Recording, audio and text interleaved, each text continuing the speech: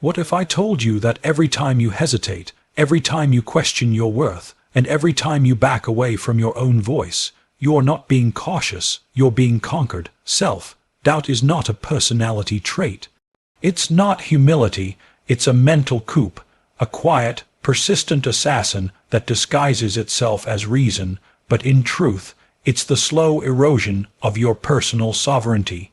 The longer you entertain its whispers, the more power you relinquish, not just over decisions, but over your identity, your direction, your destiny. You think self-doubt is there to protect you, that maybe it's telling you not to try because failure might hurt. But that's a lie wrapped in logic. Self-doubt is a mechanism your brain uses to preserve the status quo, freeze you where you're safest, weakest, most manageable. It wants you small, predictable, harmless.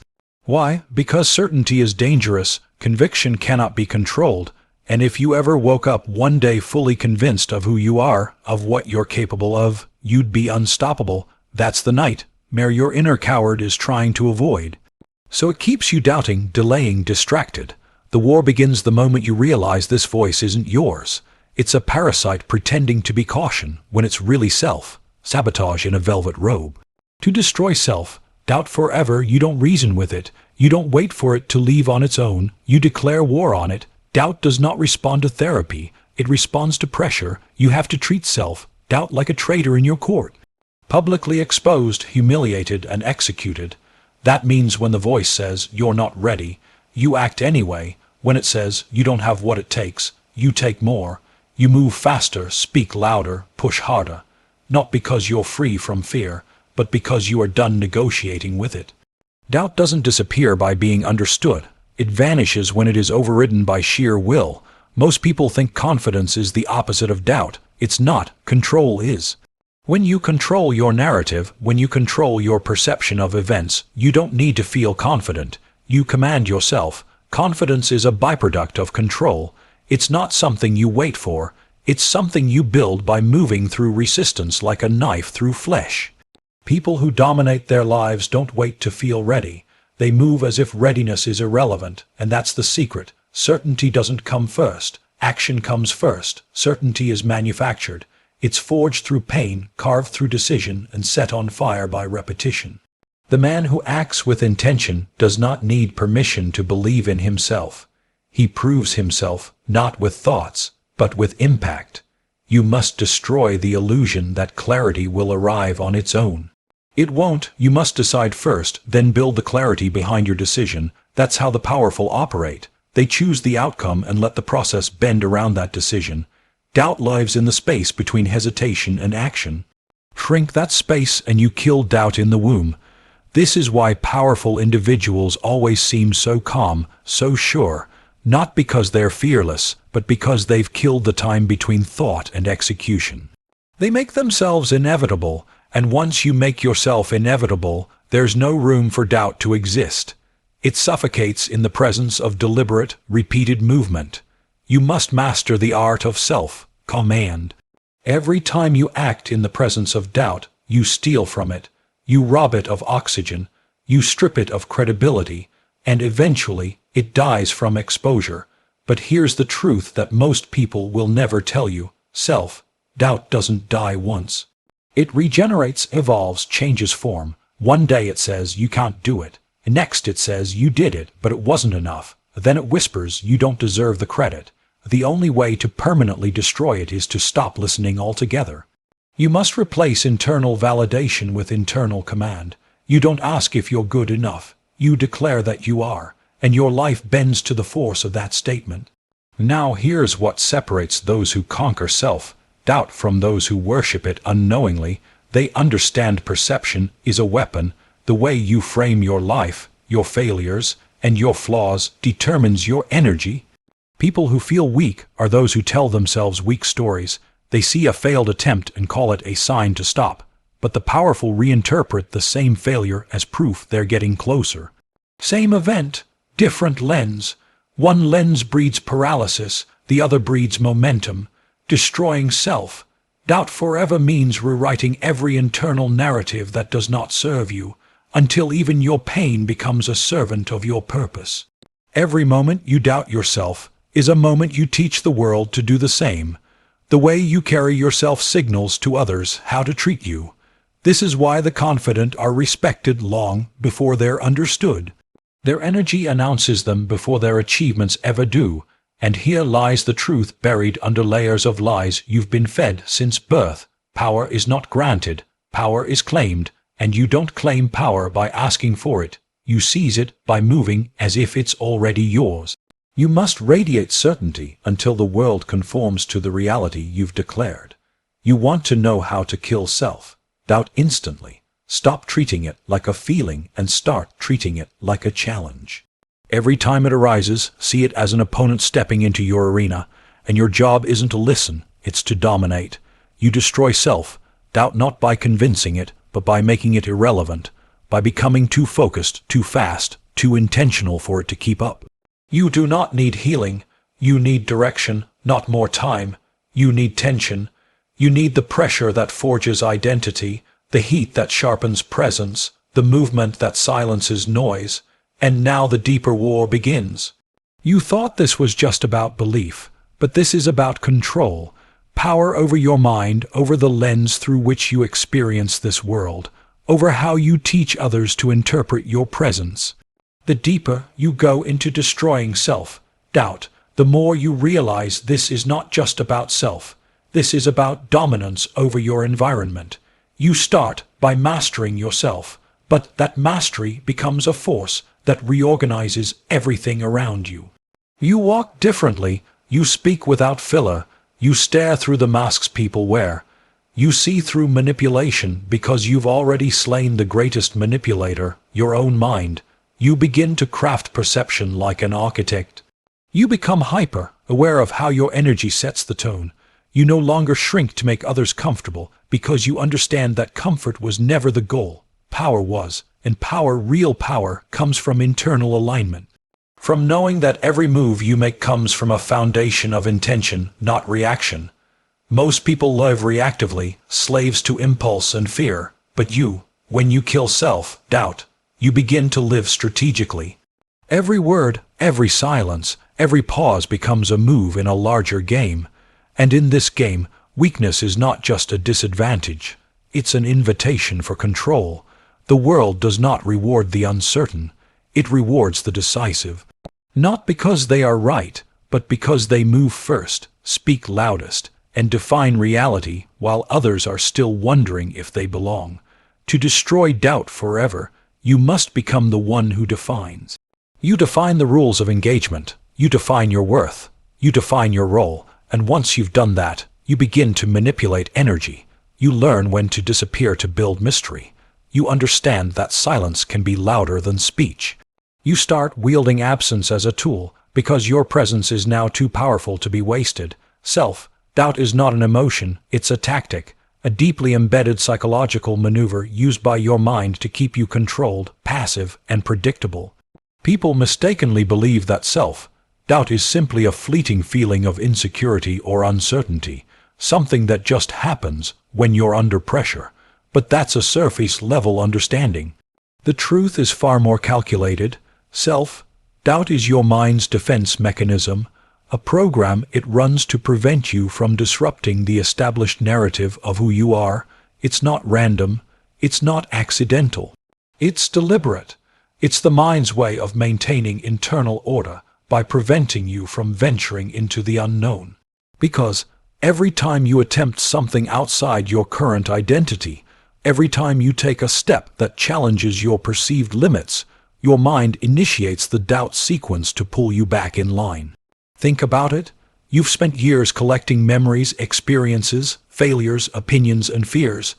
All of that becomes a psychological map, and the mind becomes the enforcer of that map's boundaries. When you consider doing something that contradicts it, like starting a business, speaking up in a room full of leaders, or reinventing yourself, the mind interprets that as a threat to the internal order. So it sends out a guard dog, self-doubt. It tells you, you're not ready. Who do you think you are? What if you fail? Not because it's trying to hurt you, but because it's trying to restore what it believes is safety. Self-doubt, therefore, is not emotional in nature. It's operational. It's an internal tactic used to enforce psychological homeostasis.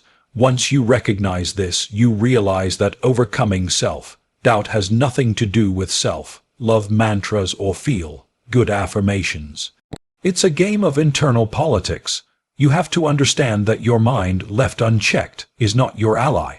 It is a system trained to keep you within the walls of your past. Self-doubt is its favored weapon because it's subtle. It doesn't scream, it whispers. It doesn't attack, it distracts. It makes you overthink, overprepare, overcompare, so that you never actually move, and movement is the greatest threat to its control.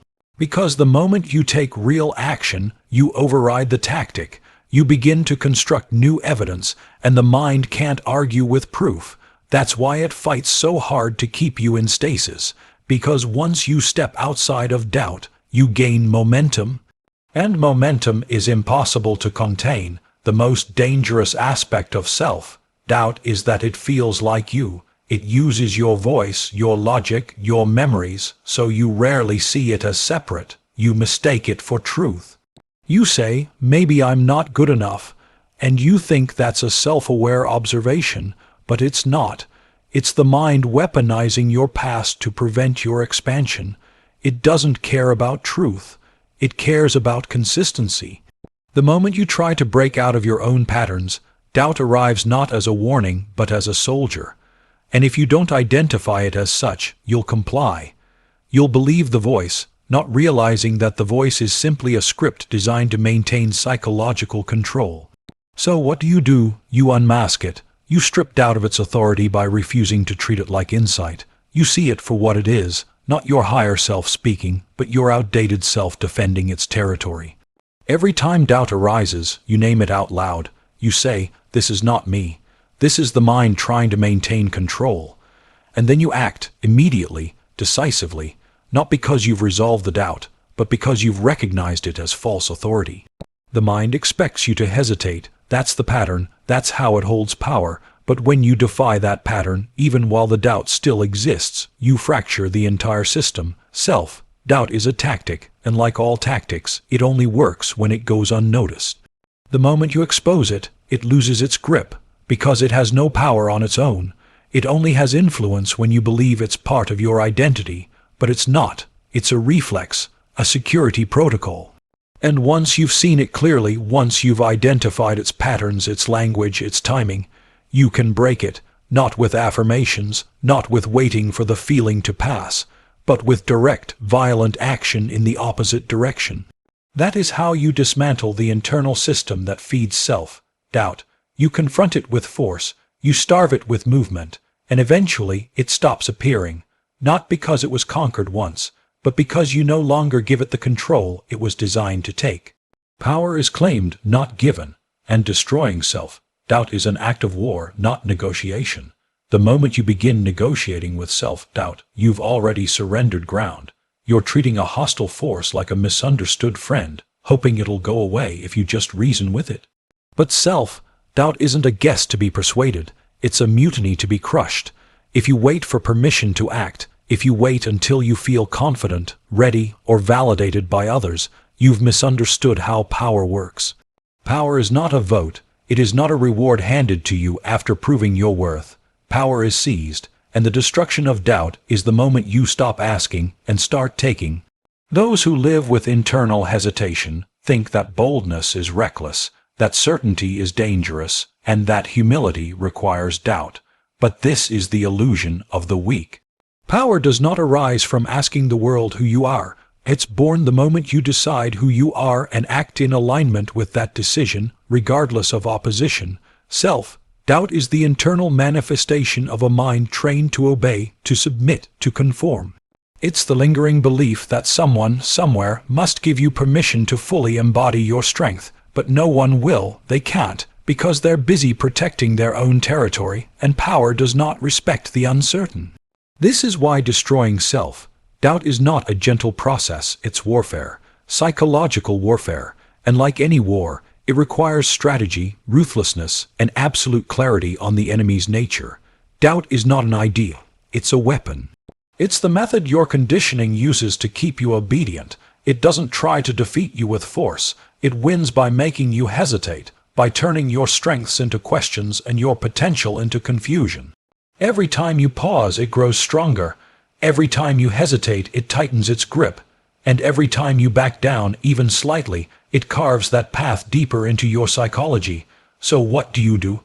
You take power back, but not by waiting until the fear disappears. You take it by acting while the doubt screams, while the uncertainty pulses, while every part of your nervous system is telling you to freeze.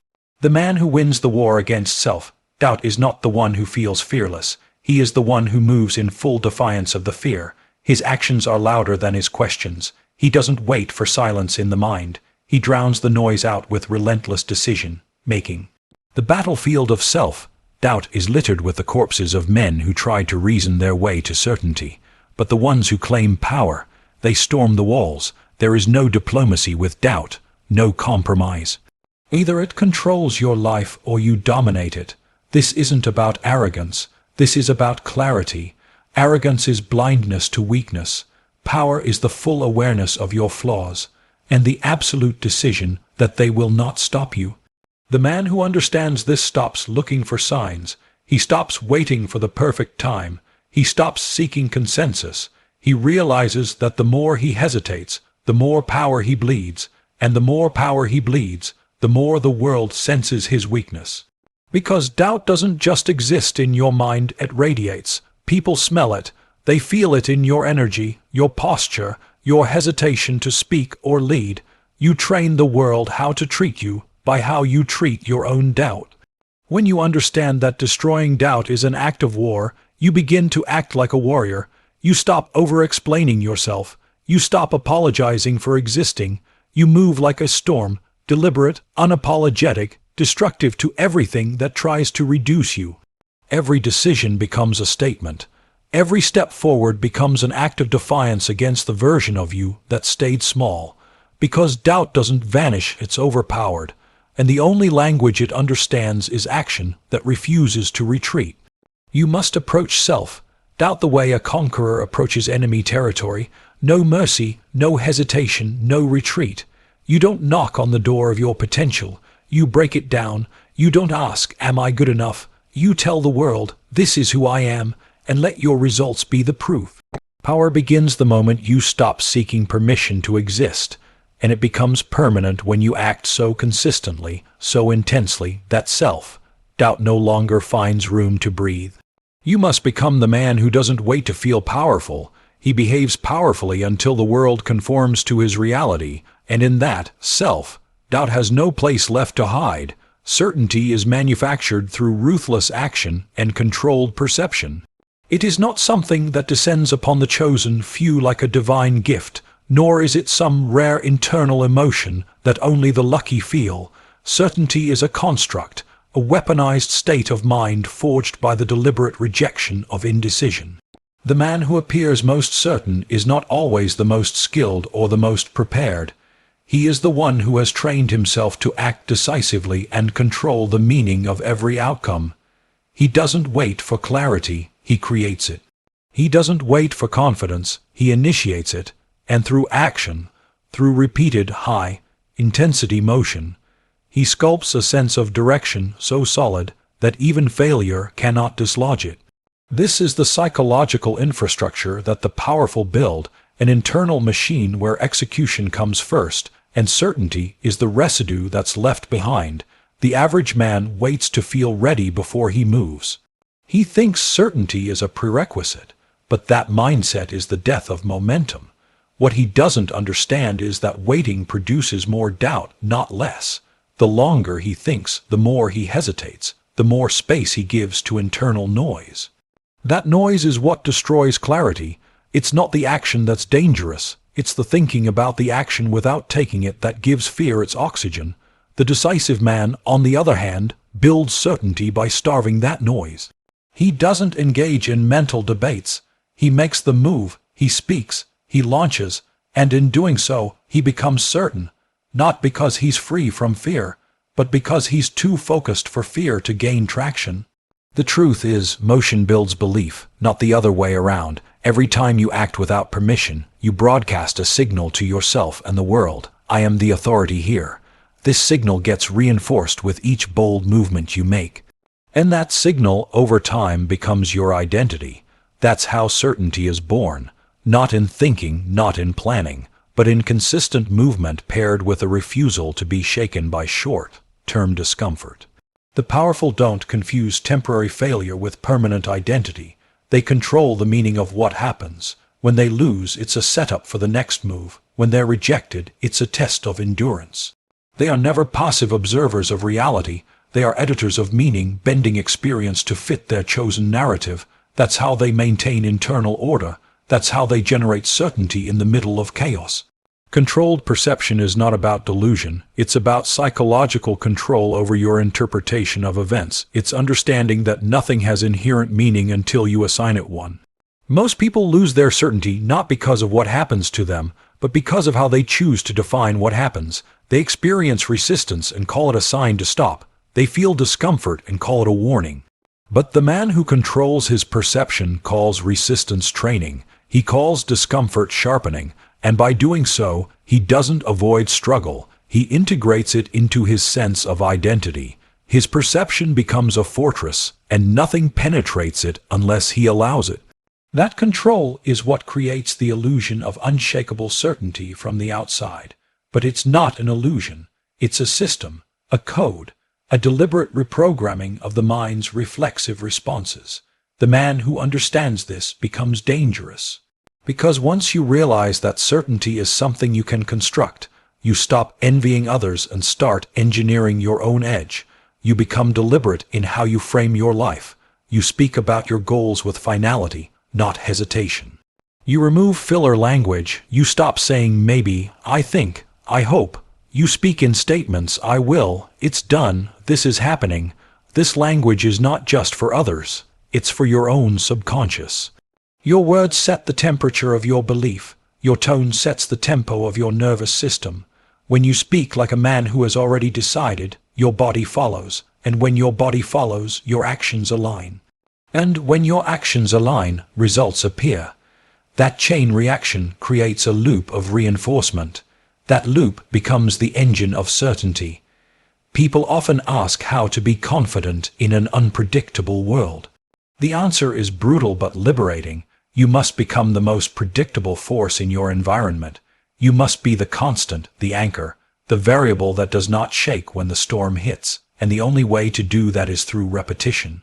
Discipline, relentless forward pressure. You build certainty the same way a blacksmith builds a sword, through repeated strikes, through the pounding of fire and pressure. You act, refine, act again, and refine again.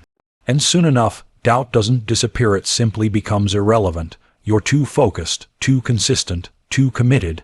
That is what makes certainty feel real to others, not because they see your plan, but because they feel your force. You move like a man who cannot be stopped, and eventually the world responds accordingly.